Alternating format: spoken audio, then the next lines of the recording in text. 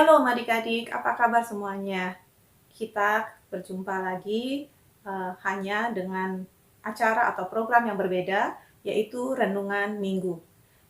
Saat ini kita masih belum bisa beribadah di gereja karena situasi yang masih belum memungkinkan kita untuk kembali ke gereja.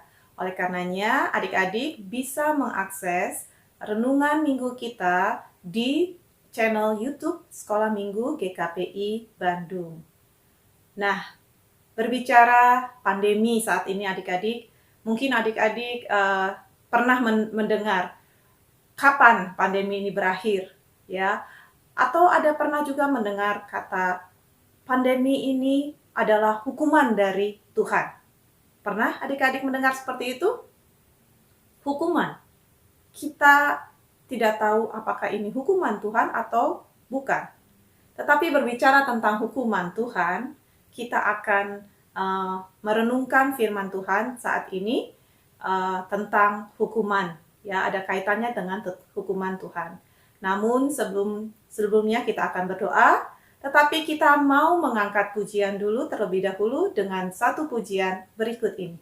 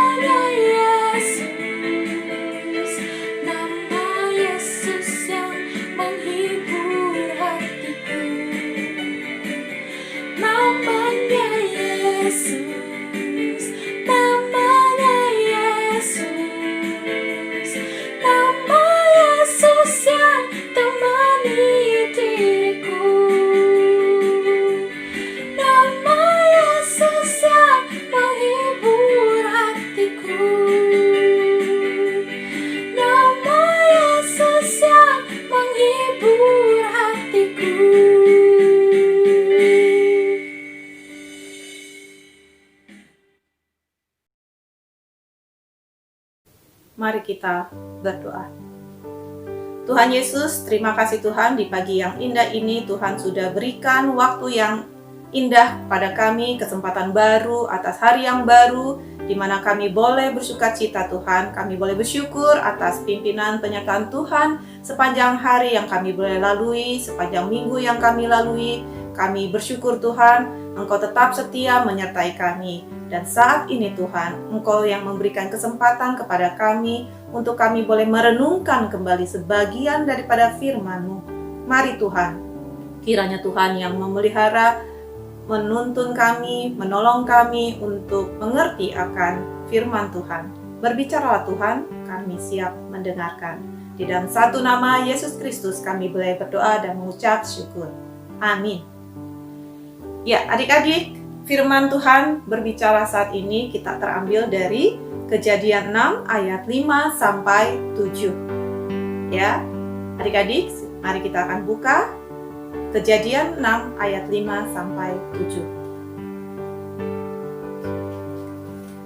Firman Tuhan berbunyi, ketika dilihat Tuhan bahwa kejahatan manusia besar di bumi, dan bahwa segala kecenderungan hatinya selalu membuahkan kejahatan semata-mata, maka menyesallah Tuhan bahwa Ia menjadikan manusia di bumi, dan hal itu memilukan hatinya.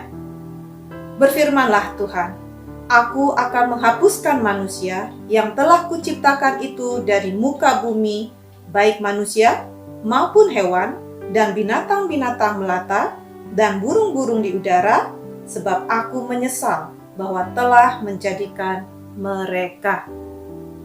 Nah, adik-adik, firman ini mengatakan bahwa Tuhan menyesal menjadikan manusia. Mengapa Tuhan menyesal telah menjadikan manusia?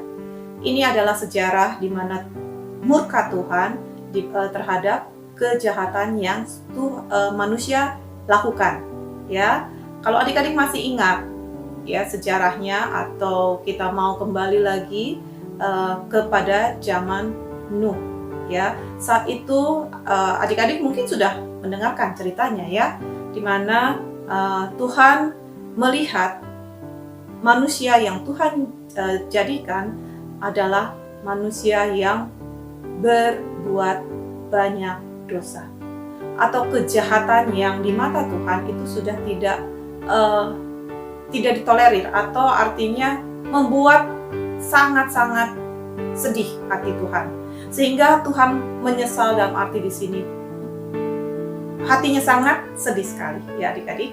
Nah, bagaimana Tuhan mau menghukum manusia saat itu, ya, di mana hampir semua orang berdosa saat itu, kejahatan merajalela, tidak ada kasih di antara mereka. Tetapi Tuhan melihat ada satu orang benar, yaitu Nuh. Nuh dipanggil Tuhan untuk membuat suatu bahtera, ya, bahtera di mana Tuhan meminta Nuh untuk membuatnya, karena Tuhan akan menghapuskan manusia dari muka bumi, yaitu dengan air bah. Oleh karenanya, Nuh diminta untuk membuatkan bahtera. Ya, pada awalnya Nuh begitu sedih karena mengingat banyak orang yang harus mati mungkin nanti saatnya, tetapi Nuh adalah orang yang benar, orang yang taat kepada Tuhan. Akhirnya dia harus melakukan apa yang Tuhan perintahkan kepadanya. Nah, adik-adik, singkat cerita, adik-adik sudah tahu bahwa Nuh boleh membawa istri, 3 anaknya, dan 3 orang menantunya untuk masuk ke dalam bahtera. Demikian juga dengan hewan-hewan atau binatang-binatang berpasang-pasangan untuk dibawa Nuh. Dan saatnya hujan turun, ya, saat itu 40 hari 40 malam, sehingga membuat bumi dipenuhi dengan air, ya. Dan saat itulah manusia, hewan-hewan, ya, semuanya tenggelam dalam air. Hampir 5 bulan lamanya, lebih mungkin, ya, Nuh berada di dalam bahtera tersebut, hingga akhirnya tampaklah daratan kering kembali sehingga mereka boleh keluar. Dan saat Nuh keluar dari bahtera itu, Nuh mempersembahkan persembahan sebagai ucapan syukurnya atas perlindungan Tuhan, atas penyertaan Tuhan, atas kasih karunia Tuhan yang memberikan kesempatan kepada Nuh untuk hidup. Lalu Nuh memberikan korban persembahan dan tampaklah sebuah pelangi di mana Tuhan berjanji kepada Nuh bahwa tidak akan ada lagi air bah. Dan oleh karena itu hingga saat ini kalau adik-adik bisa melihat pelangi itu, kita akan mengenang janji Tuhan akan saat air bah, ya. Nah, adik-adik, dari cerita ini ya kita mengambil tema menjauhi kejahatan. Ya, tadi kakak sempat mengatakan bahwa apa itu hukuman? Artinya mengapa itu Tuhan berikan hukuman? Ya, hukuman ini tetap Tuhan berikan hingga saat ini, ya, karena firman Tuhan seperti di dalam Kejadian 34 ayat 7b mengatakan, tetapi tidaklah sekali-kali membebaskan orang yang bersalah dari hukuman. Yang maksud tidak membebaskan orang bersalah dari hukuman adalah Allah. Allah tetap akan menghukum setiap manusia yang melakukan kejahatan atau yang bersalah atau dosa. Ya, seperti di dalam Kamus Besar Bahasa Indonesia, kejahatan itu artinya sikap, tindakan, atau perbuatan yang sangat tidak baik atau bisa diartikan juga dosa. Nah, inilah kalau kita mau melihat manusia hingga saat ini masih berdosa. Walaupun saat itu Tuhan menghapuskan manusia, tetapi dosa yang pertama dari Adam ya, itu berlaku hingga saat ini. Lalu, apakah Tuhan menghukum kita? Iya. Ya, masih melakukan hukuman atas dosa-dosa kita. Namun seperti Nuh yang diselamatkan, kita pun ya akan diselamatkan dari hukuman dosa itu. Bagaimana? Seperti kita ketahui, Allah itu Maha Kasih. Allah tidak ingin anak-anaknya semua harus masuk dalam hukuman itu. Ya, kalau kita tahu upah dosa adalah maut, ya. Allah tidak ingin ya ciptaannya masuk ke dalam maut. Oleh karenanya Allah sendiri turun menjadi manusia di dalam diri Yesus. Apa yang dilakukan Yesus? Yesus mati di kayu salib untuk menggantikan hukuman kita. Nah, barang siapa yang percaya kepada Yesus, ya, dia akan diselamatkan. Ya. Nah, disinilah adik-adik hukuman dosa bagi kita sudah ditanggung Tuhan Yesus di kayu salib. Lalu, apa yang kita lakukan setelah kita percaya kepada Tuhan Yesus? Apakah kita bebas melakukan dosa? Sekali-sekali tidak ya adik-adik. Jangan melakukan dosa kembali. Ya, kita sebagai anak-anak terang, anak-anak yang percaya kepada Tuhan, janganlah sekali-kali melakukan dosa kembali. Lalu apa yang harus kita lakukan ketika kita tidak sengaja melakukan dosa tersebut? Karena dosa atau kejahatan yang kita lakukan bisa kita lakukan dari perkataan kita, pikiran kita, perbuatan kita. Ya, banyak sekali dosa yang kita lakukan. Tetapi apa yang kita lakukan haruslah kita minta ampun kembali kepada Tuhan dan jangan berbuat dosa lagi. Ya. Jangan karena kita sudah mendapat jaminan bahwa kita akan memiliki hidup kekal, barang siapa percaya kepada Tuhan Yesus, lalu kita seenaknya saja membuat dosa. Tidak ya adik-adik, kita tetap harus melakukan perintah Tuhan dan hukuman Tuhan akan berlaku. Bagaimana hukuman Tuhan berlaku? Ya, Tuhan tidak bisa dipermainkan ya adik-adik. Kita melakukan dosa, kita pun akan mendapatkan akibat dari dosa itu, yaitu hukuman. Ya, siapa yang menabur, dia yang akan menuai. Jadi, adik-adik ketika melalui perkataan kita selalu berkata-kata kasar, ya, berkata-kata kotor. Ingat, akan dipertanggungjawabkan. Ya, Tuhan tidak menyukai ya ketika kita mengeluarkan kata-kata kasar, kita memuat makian kepada orang, tetapi di lain waktu kita memuji Tuhan. Ya, inilah ya Tuhan tidak kehendaki. ya. Kita menjaga mulut kita, kita jaga mata kita. Coba kita perhatikan, ya, untuk melihat hal-hal yang bagus, hal-hal yang baik yang kita akan gunakan. Pikiran kita, ya, coba untuk menghindari hal-hal yang negatif, ya. Adik-adik, banyak hal di dunia ini sekarang yang kita bisa lihat.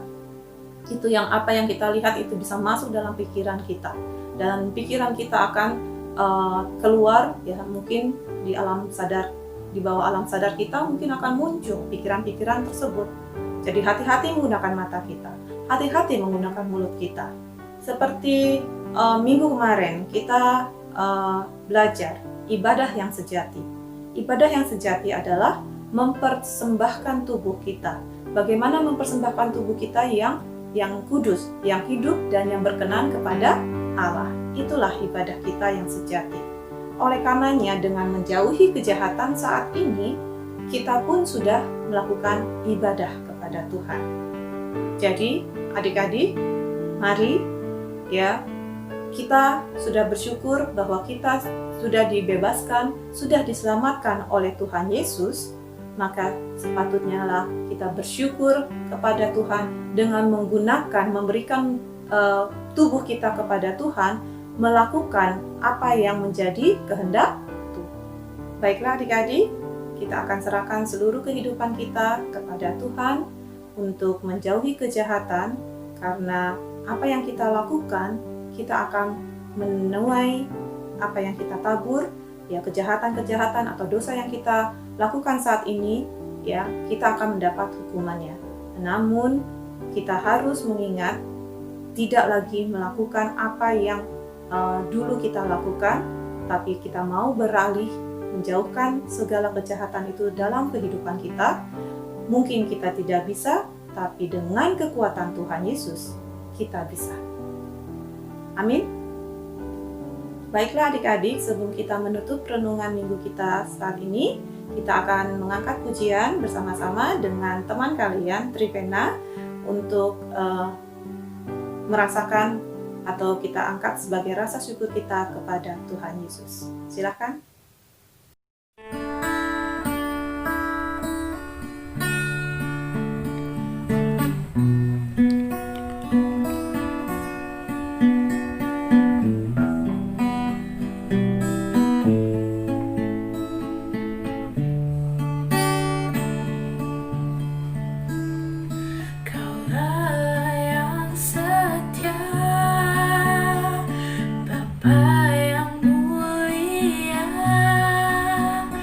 Kasih-Mu besar Tuhan, Kau pulihkan hidupku. Kaulah harapanku, hidupku dalam-Mu. Terima kasih Tuhan, Kau selamatkan hidupku.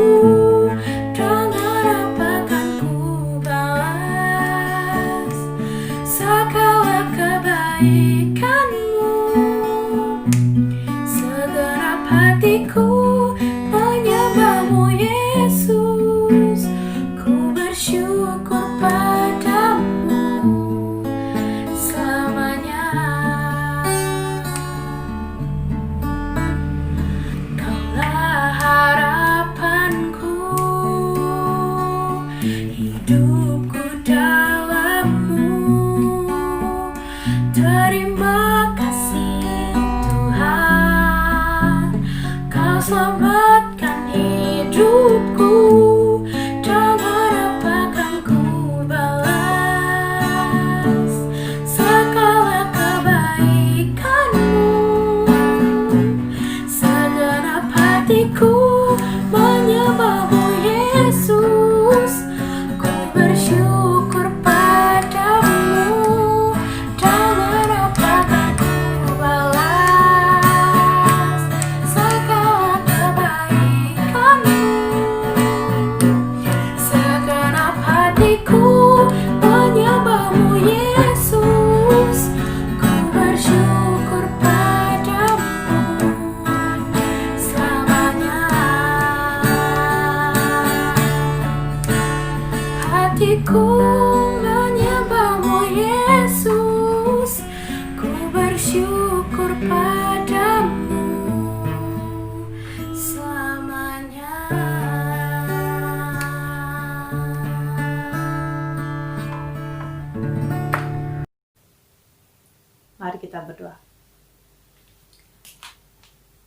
Tuhan Yesus yang baik, terima kasih Tuhan untuk kasih-Mu yang boleh menyelamatkan kami. Terima kasih Tuhan atas pengampunan dosa, atas penghapusan hukuman dosa atas diri kami dengan kejahatan yang kami perbuat Tuhan hingga saat ini.